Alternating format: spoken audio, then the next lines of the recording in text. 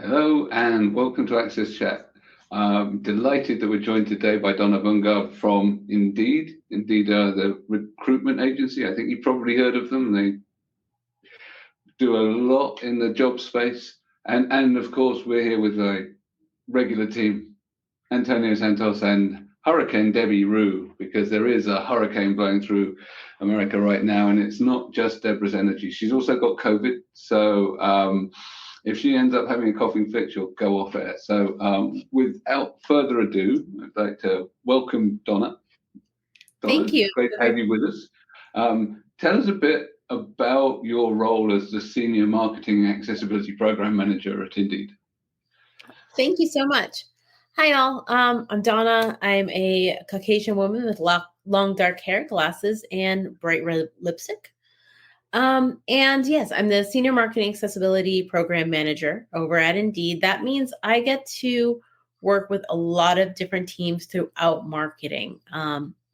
Indeed is a large company, and we put out a lot of material. And my role is to really help build disability inclusion and accessibility into the DNA of our very brand, and to help work externally with organizations to amplify voices of people with disability, as well as work on the technical side of things. And because I am a person who follows her curiosity, I never really play in my own sandbox only. I get to ask a lot of questions and offer support to other teams throughout Indeed, whether it be an L&D team, a real estate team, or what have you. So it's a very collaborative environment to be in. And I get to stretch from time to time, which is lovely as well. I think we all love to stretch. I think that's the nature of people in accessibility, that we start on one thing and we, like, quickly, being mission driven, want to stretch it to the next thing. So tell us a bit more about Indeed. It's a well-known brand. Indeed it is, but where did it originate from? And how large are you now? I know you're in the UK, I know you're in the US, but where did it all start, and where are you? We are headquartered. Our headquarters is in Austin, Texas. However, we also have a headquarters in Dublin as well. The company's been around for quite a while. We're more than 10,000 people. And because we are largely distributed, we have representation in various places around the world, whether it be Singapore, Germany, France, Italy. I'm going to miss many countries here.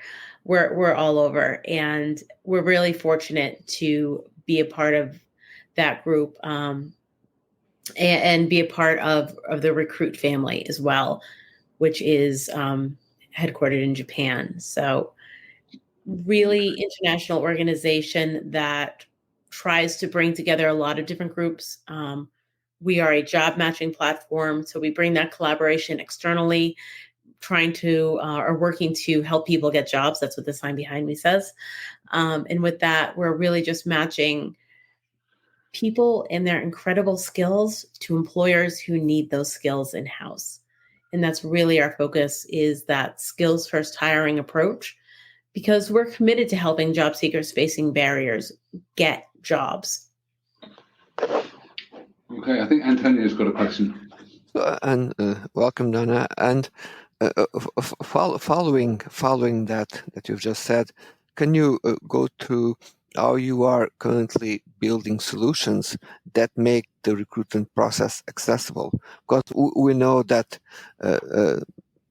people who with disabilities look for jobs online. They have different experiences across the web. So I would like you to tell how you are operating at that level. Keeping in mind that I am in marketing, I don't directly influence product. And again, 10,000 people.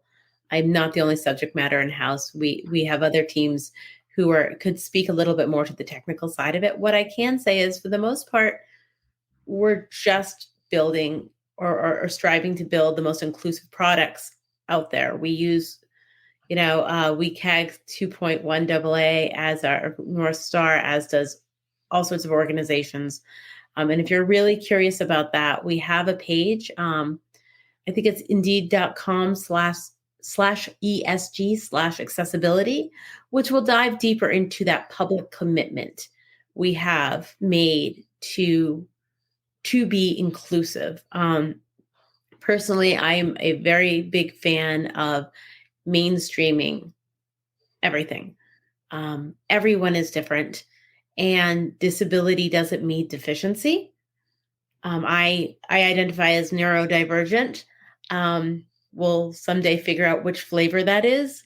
I have my suspicions, but as of right now, we'll just call me mysteriously neurodivergent. But with that, in a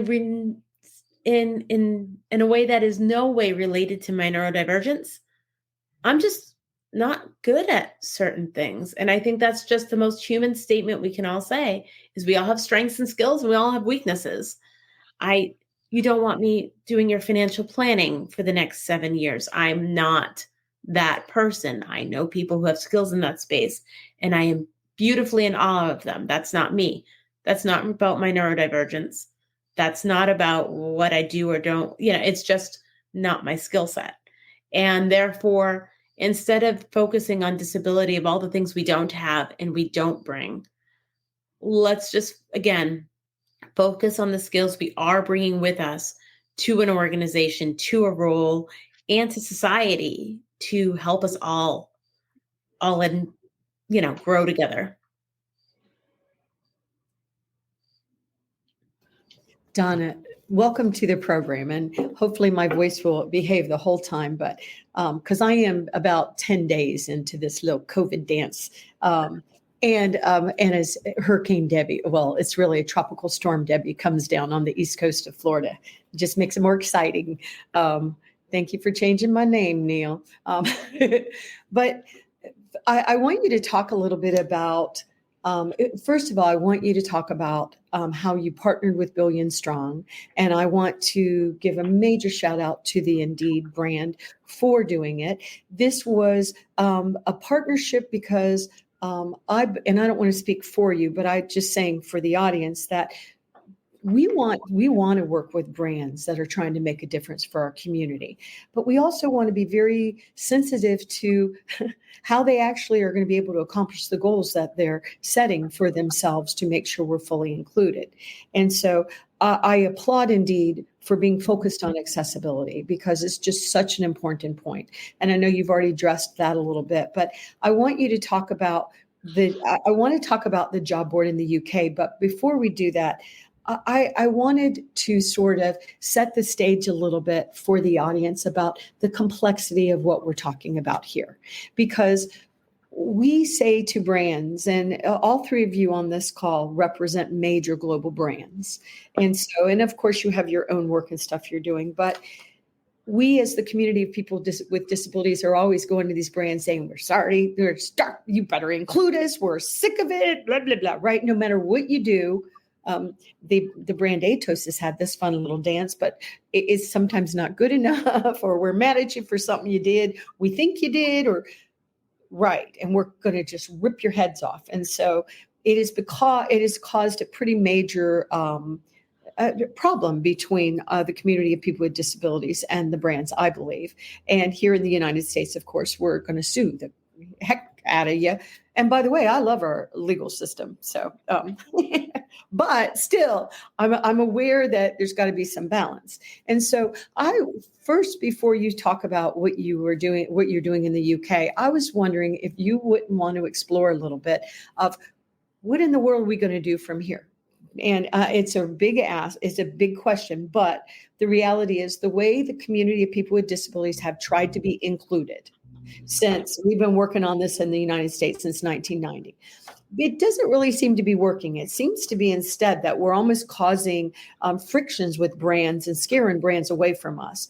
And so the way that we get jobs has changed so much over the years. So how in the world does Indeed even start helping society across the board, understand how do we get jobs now? Because we don't understand, are we competing with AI for jobs?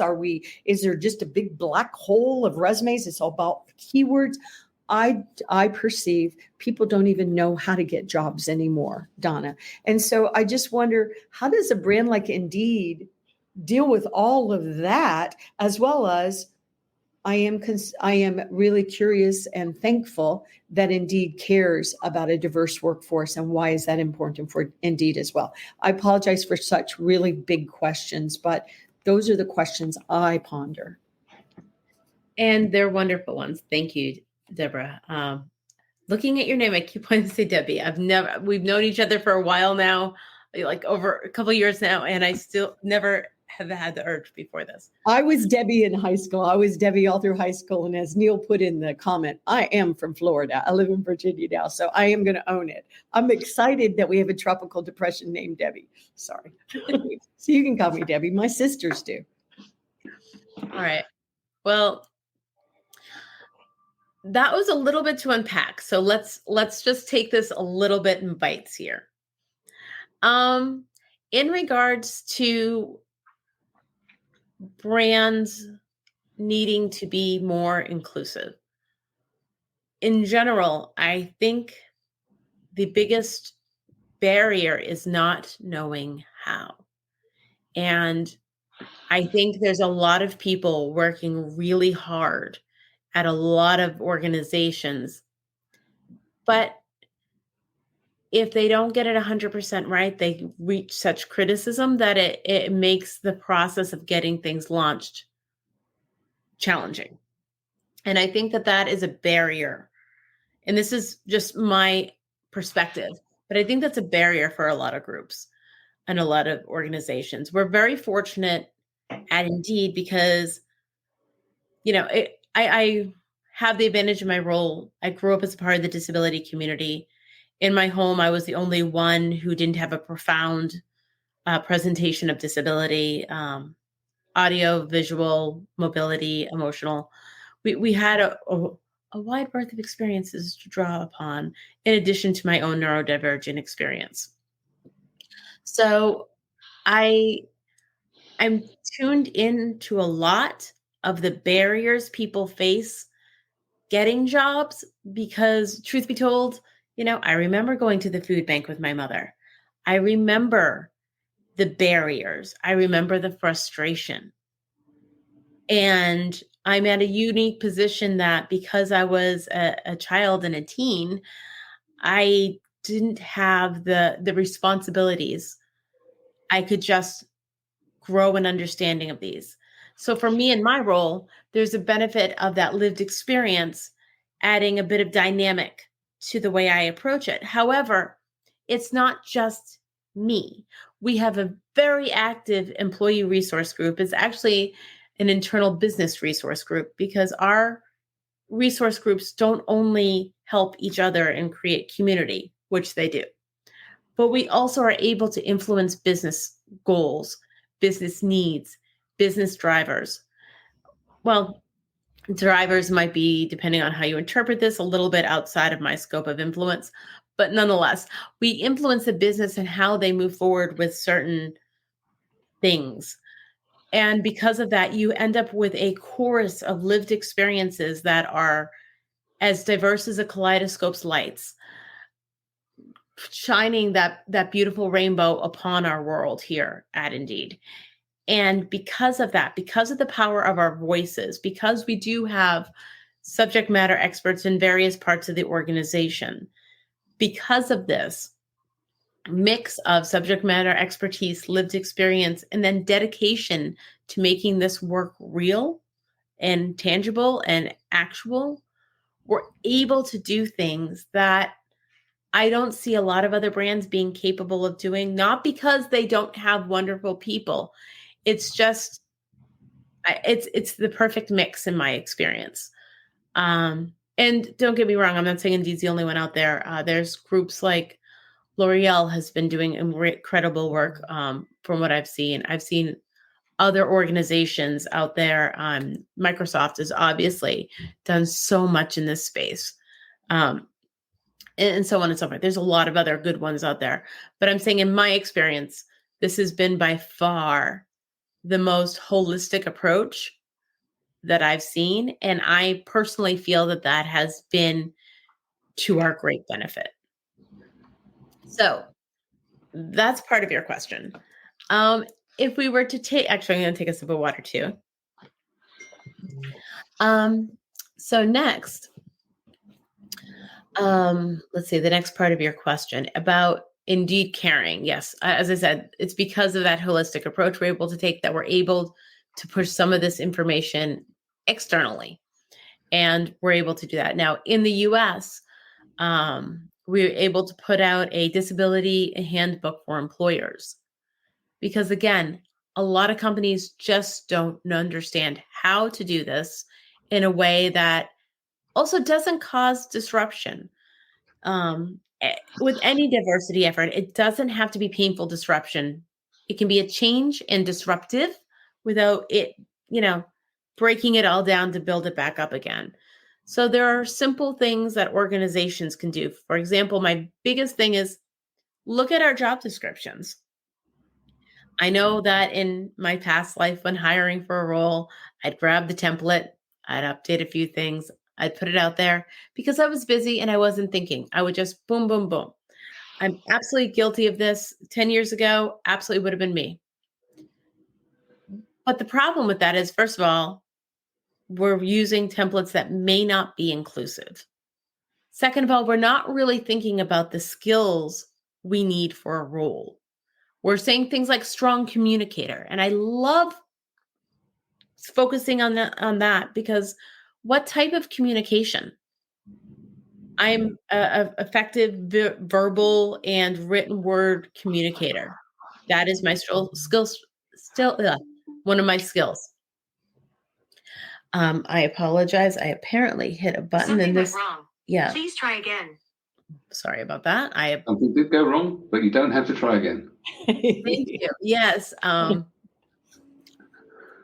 anyway, Neil, when I met you in person, we were at ZeroCon, and prior or shortly after, I sat down with this group of individuals and I was having the most meaningful conversation.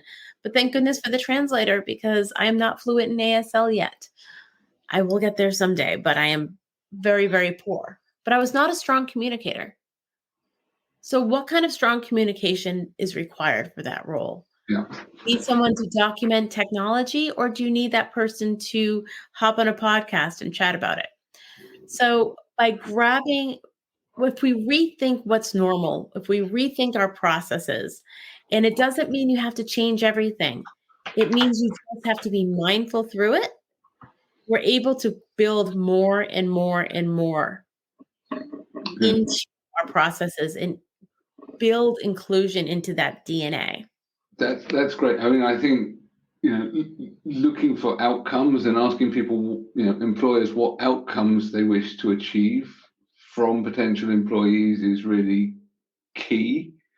And sometimes there may be, as you say, very specific things like with communication. So if you need to be fluent in ASL, then you need to be stating that you need to be fluent in ASL. But a lot of the time it's, we need to achieve this aim. And a lot of people with disabilities often feel excluded from applying because, the aim might be that you need to be able to take something from A to B, and it must be, able to stand for 8 hours a day and lift heavy objects and so on. And that's talking about the physical capabilities of an individual, which are not necessarily needed to achieve that outcome. So by removing that kind of descriptor from job adverts, I think you can actually make it much more tempting for people to apply.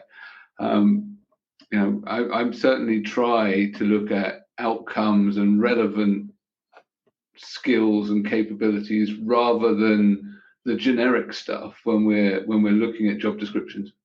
But you're right, every company has a template, and every manager is doing this stuff at the last minute with limited time. So the temptation to overwrite a few words from an old one and press send. It's quite high. So if you can build the sort of checks and balances into the system, it makes it much more inclusive at scale. And then there's other things that we can do to be more inclusive. And a big one is dropping degree requirements for roles that don't actually require them. There's a huge disability education gap.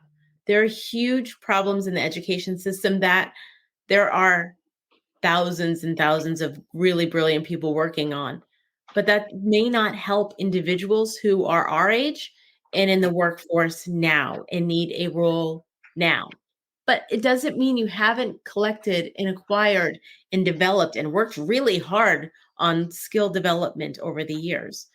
So by dropping degree requirements and using a skills first approach, we're actually bypassing some of those barriers that are not only barriers today, but have been barriers for the last 10, 20, 30 years of someone's lives.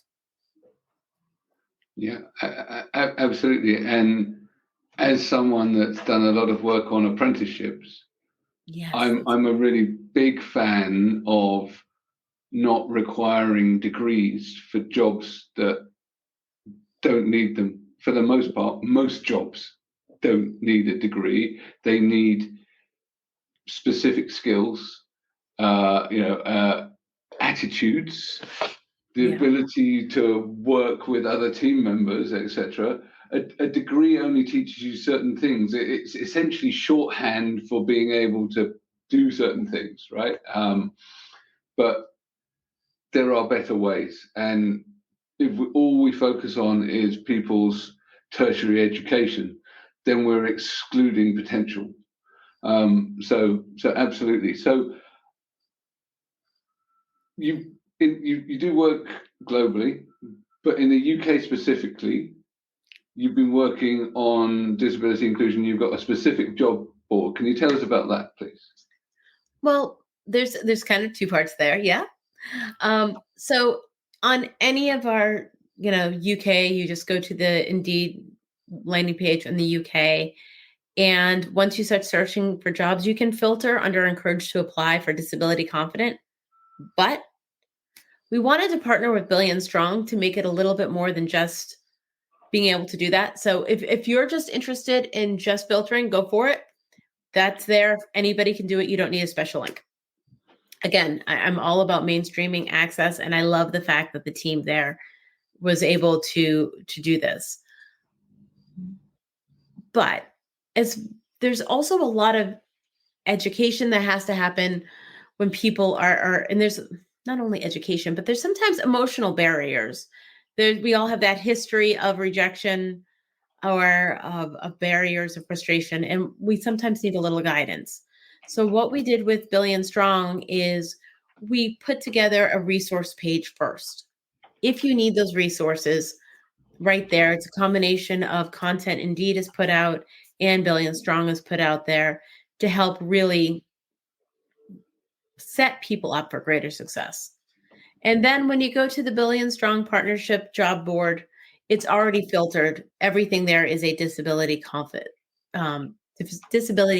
employer, or they mention that in that job description that they are disability confident. So you have all of that focused information right there. And why I wanted to partner with Billion Strong in this is that we can't be successful alone. That whole thing about it takes a village to raise a child. It takes a village to raise me still. I'm not done. I'm in my late 40s. And it still takes a village. And it's going to take a village for brands. It's for companies to realize the impact, the quality, the positivity. So we need the Billion Strong group. We need the disability community to partner with us. So that way we can give each other the support we need to make this happen, to help normalize disability inclusion, and really allow us to move the needle on and close that disability employment gap. Absolutely.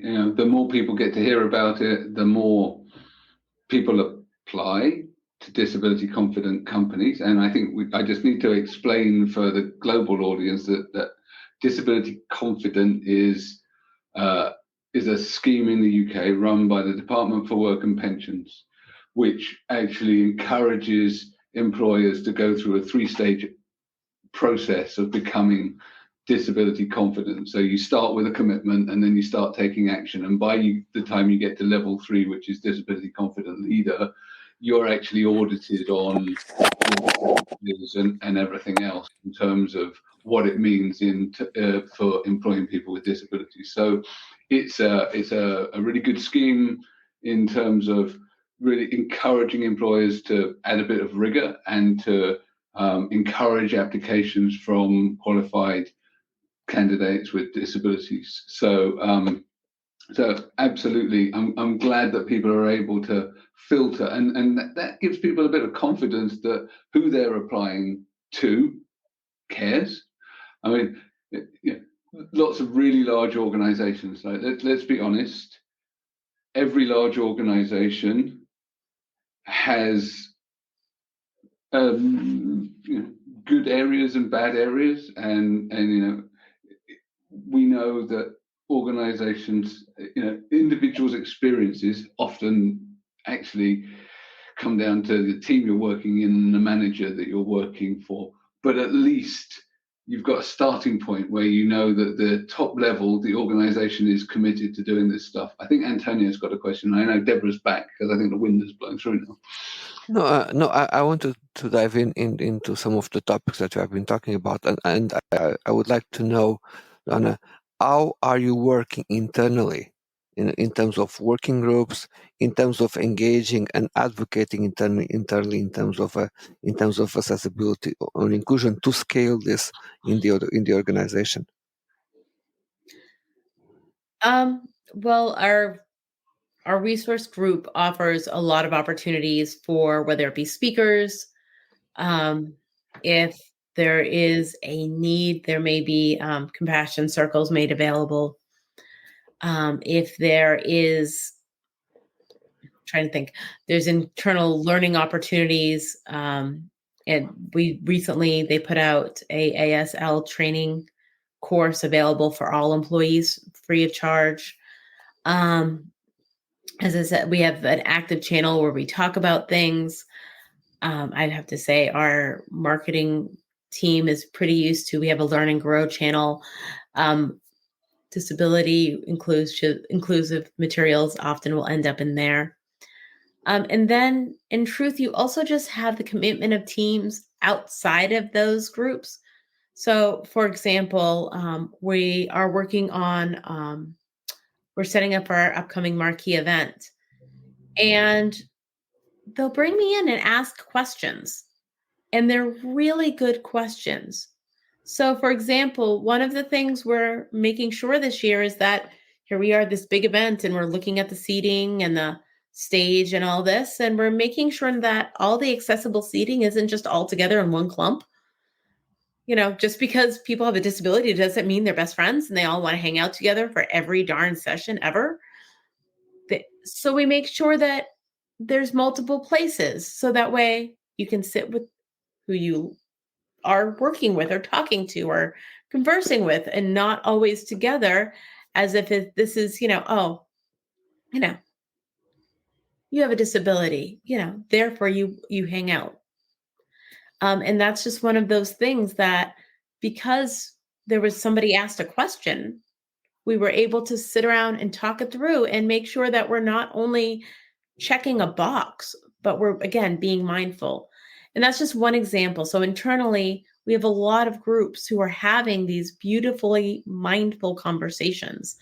And I'm fortunate and privileged to get to be pulled into some of them, even outside of marketing, about various processes or concerns about this, that, or whatnot. So for example, at our headquarters, I was asked, hey, can you just check out our wayfinding system? And we addressed color contrast. We, tested, it was already built in, but it was tested the audio opportunities and things of that nature. So there's a lot of just thoughtfulness that gets built in. And I think that's a cultural piece that I can't say is specific to the disability community. We have a lot of underrepresented groups that have ERGs, employee resource groups, or ERGs, employee resource groups. We have a lot of intersectional discussions about where these things overlap. So we're really working to build a culture, and that culture is, I think, emulated externally through the way we approach and advise people approach hiring. Excellent. Donna, we had a great discussion. We've unfortunately reached the end of our time. It's blown past. It's almost like there's a hurricane in here. It just remains for me to thank Amazon and My Clear Text for keeping us on air and keeping us captioned. So thank you so much for joining us. Look forward to next time we meet in person, which I'm sure will come soon. And look forward to continuing the discussion on social media. So thank you very much for the work you're doing and for a great discussion today. Thank you for having me.